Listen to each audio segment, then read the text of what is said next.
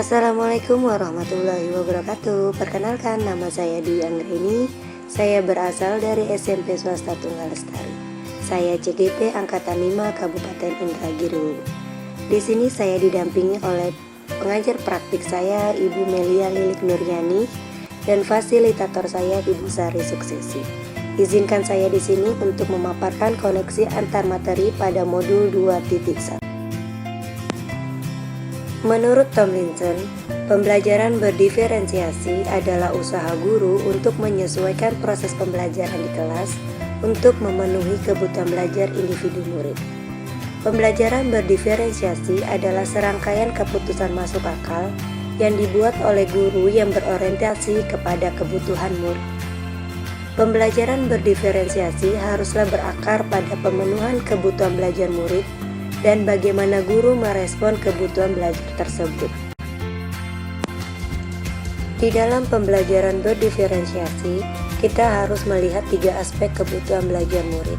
Yang pertama, kesiapan belajar murid, kedua, minat murid, dan yang ketiga, profil belajar murid.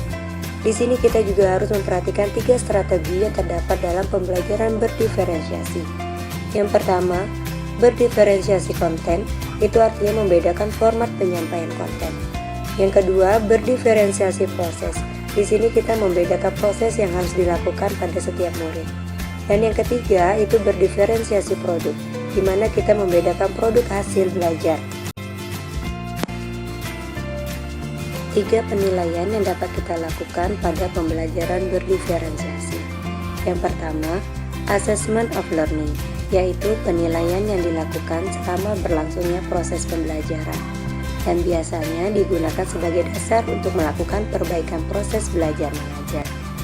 Yang kedua, assessment of learning, yaitu penilaian yang dilaksanakan setelah proses pembelajaran selesai, berfungsi sebagai penilaian sumatif. Dan yang ketiga, assessment as learning, yaitu penilaian sebagai proses belajar dan melibatkan murid-murid secara aktif dalam kegiatan penilaian tersebut. Penilaian ini juga dapat berfungsi sebagai penilaian formatif. Langkah-langkah penerapan pembelajaran berdiferensiasi di dalam kelas. Yang pertama, menentukan tujuan pembelajaran yang jelas. Yang kedua, menganalisis kebutuhan belajar murid. Dan yang ketiga, menganalisis penerapan strategi pembelajaran berdiferensiasi. Yang keempat, mengimplementasikan pembelajaran berdiferensiasi di dalam kelas. Dan yang kelima, melakukan asesmen pembelajaran yang disesuaikan dengan tujuan pembelajaran dan kebutuhan murid. Koneksi antar materi yang terjadi antara filosofi Ki Hajar Dewantara, nilai dan peran guru penggerak, visi guru penggerak, budaya positif, dan pembelajaran berdiferensiasi, yaitu berpihak kepada murid. Setelah pembelajaran berpihak kepada murid, diharapkan nanti akan terwujudnya profil pelajar Pancasila. Keterkaitan filosofi KHD dengan pembelajaran berdiferensiasi.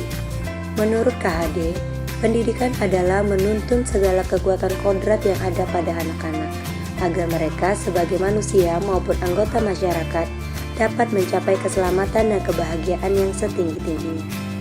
Sebagai pendidik, kita dapat memenuhi kebutuhan belajar murid melalui pembelajaran berdiferensiasi yang dapat mengakomodir keberagaman murid dan menciptakan pembelajaran yang berpihak pada murid.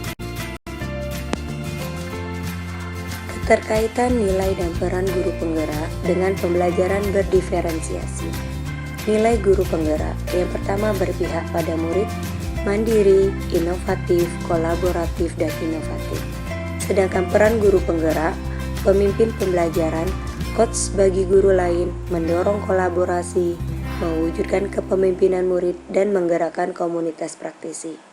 Sebagai pendidik, kita harus mampu mencerminkan nilai dan peran sebagai guru penggerak, sehingga kita mampu memenuhi kebutuhan belajar murid melalui pembelajaran berdiferensiasi.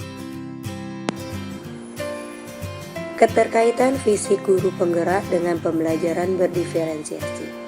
Visi adalah representasi visual kita akan masa depan. Dalam mewujudkan visi diperlukan langkah konkret menggunakan metode inquiry apresiatif dengan tahapan bagja. Buat pertanyaan terkait pemetaan kebutuhan belajar murid.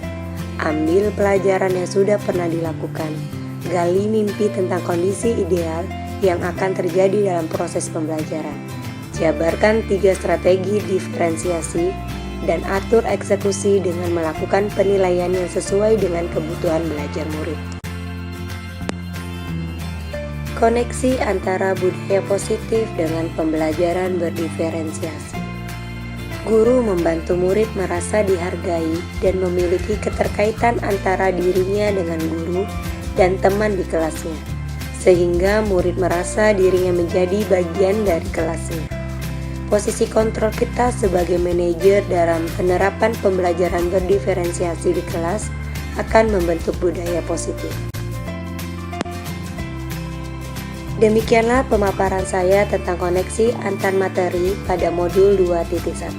Saya akhiri. Assalamualaikum warahmatullahi wabarakatuh. Terima kasih, salam dan bahagia.